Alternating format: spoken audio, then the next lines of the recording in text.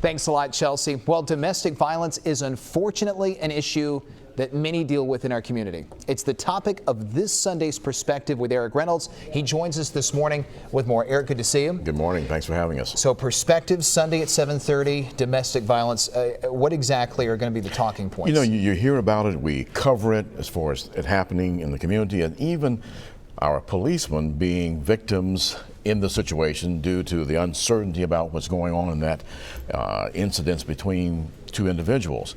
And so we felt a need, we wanted to talk about it to see how we stand in our community, what resources are here, because that's the important part, where there is help. And so we talked with Penelope House, we talked to the District Attorney's Office, Mobile County Sheriff's Office, the Police Department, and some city and social activists, you could say, who are all in this fight, struggle to make sure that we can decrease it. But number one, let the victims know there's help. You don't have to stay in this situation, as well as what do I do when I'm in the midst of it, because that's where you want to try and damper that thing down, because we even lost a police officer last year, Officer Billa, due to a domestic violence situation. I think there's probably a lot of folks watching who may be in dicey scenarios at home and may not have all the education on what the legalities are in the state, and I'm sure that's a lot of what you mentioned you're covering. Right, with the DA's office involved, you know, they're talking about what your rights are, what you should do. And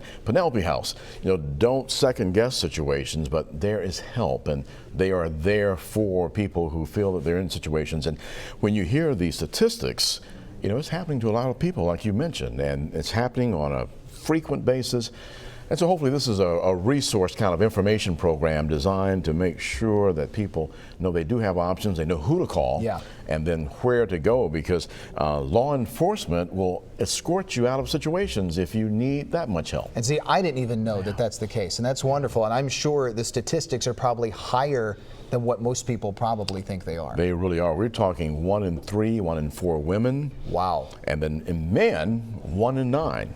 That's incredible. I wouldn't have even thought it was that. I would never guess that. And that's talking about national averages. And every second of the day, you have at least 100 or 200 calls coming in to the national hotline. Well, if you want to watch that, and I think it's going to be a good one, it's Sunday at 7:30, right? 7:30, right after Asha Staples and the Sunday Morning News, and right before Chris Wallace on Sunday morning. And if you happen to miss it, then you can always catch us on the web and Fox 10 YouTube. Perfect. Eric, good to see you. Hey, thanks for being here. And we'll put that as well on fox10tv.com under the Studio 10 tab. Well, up next, we have some music for you this morning. We got G. Howell on the Pepsi soundstage coming up.